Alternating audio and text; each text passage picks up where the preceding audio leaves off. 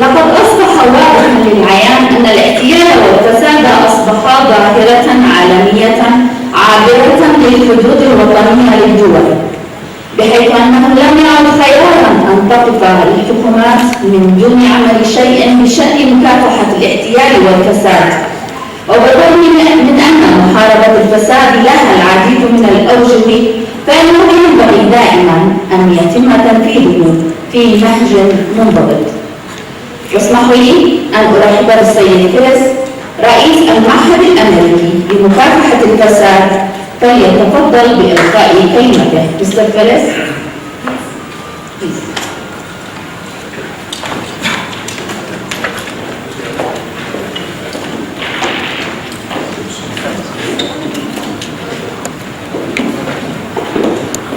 Good morning. I first want to thank Samarisa at Albatross Consulting. Albatross Consulting is the AACI's exclusive vendor in Jordan. Albatross Consulting possesses a strong and well-earned regional reputation for risk management in the financial sector and in government, again, throughout the region. I'm truly honored that they have chosen the AACI and have become our local representative. It truly is a great honor. I'm also very excited to be back in Jordan. Hopefully this time I'll get to do something other than work and maybe see Petra at the Dead Sea. We're hoping. The AACI was formed to help prevent corruption. The prevention of a disease is always vastly superior than the risks associated with contracting the disease. Prevention avoids the risks of being sick, which can go from short-term inabilities all the way to death. Prevention has other added benefits. Prevention is cheaper. Prevention is more effective in the long run. It avoids the cost of treatment and the added costs and time of convalescence afterwards. The same is true for the risks faced by corruption. Prevention is a key to avoiding the consequences of catching a case of corruption. Once corruption establishes itself, it feeds and grows upon itself.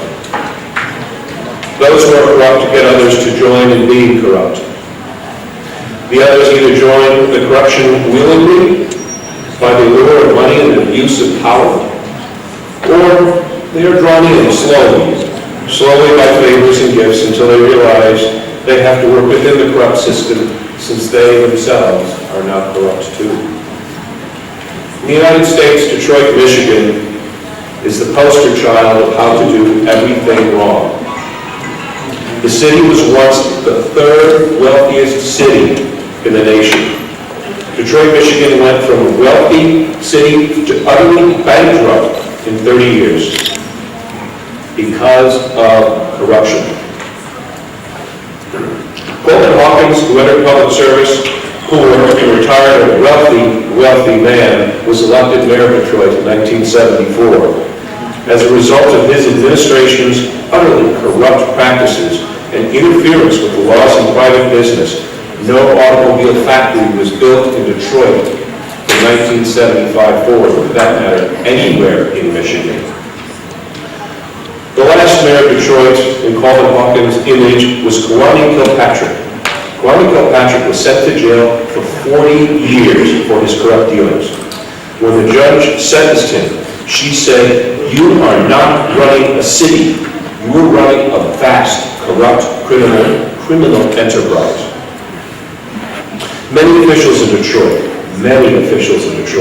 eventually went to jail, including judges, chiefs of police, city officials, and private contractors.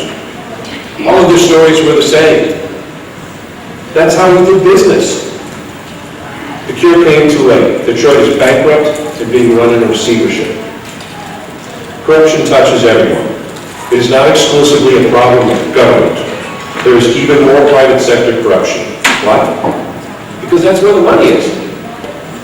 Banamex, a Mexican subsidiary of Citibank, just as recently facing embarrassing losses, $400 million in a fraudulent loan to Oceanographic, the Mexican oil company, and $34 million to IDEA, an oil services company. The same senior loan officer endorsed both loans. The loan officer is living in a home that costs over 11 times his annual salary with no debt.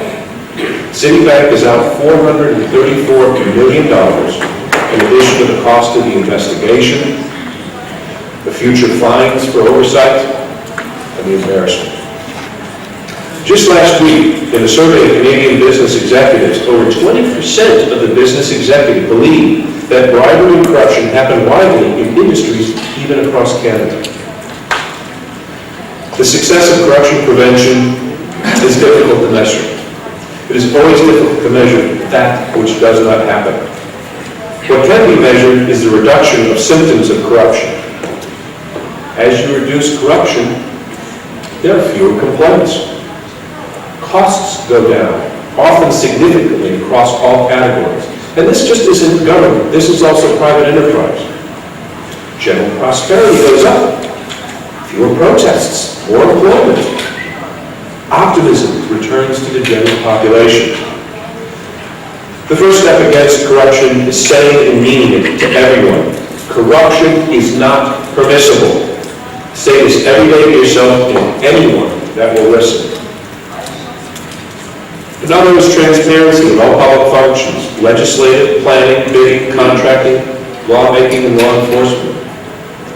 Reporting mechanisms, the ability for anyone to report problems, either from within or from outside the organization, and either with their name or anonymously without their name. The ability to void agreements where there's demonstrated corruption. Paying people in power a generous living wage. There's an old Russian saying, if you pretend to pay people for work with you, they will pretend to work for you.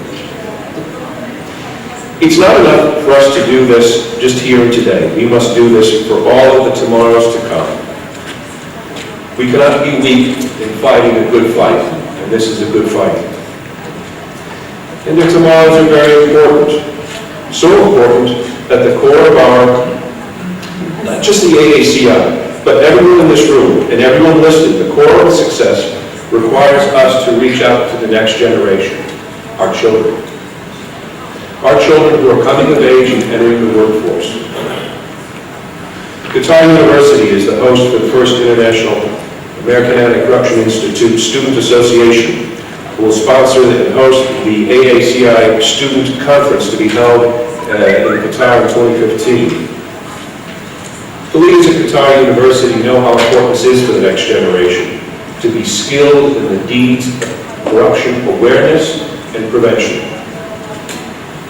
Today's graduates emerge from college excited about the world and completely unaware of the forces that they're going to encounter and try to bend them to their will. We aim to change this through student associations at more colleges and universities throughout the world. Simple awareness of corruption is very, very powerful. If they're aware of how corruption works, they will get trapped into being corrupt. The risks of corruption always outweigh the short-term benefits for a person or for a government or for a city or a nation. The risks are the risks of not being trusted, the risks being posed by second and third-rate products, the risks of rapid obsolescence. All of these are material risks that do not even address the risks of being exposed. Does it sound good to any of you here to go to a hospital to be treated for a disease where the drug company bought the doctor to buy their medicine? No. It's kind of like discount surgery, too. It doesn't sound good. But I can talk about corruption for hours, and I often do. But now it's time for all of us on really this truly beautiful day and a fantastic facility to enjoy the offerings put forth by Albatross Consulting. So please come and enjoy Albatross's annual conference and help us enjoy each other and support each other in fighting corruption today, tomorrow, and for the next generation. Thank you very much.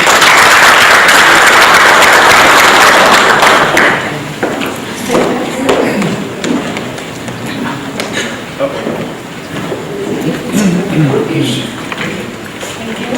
جوائز تكريمي للسيد فيلس. شكرا له. Thank you for your speech.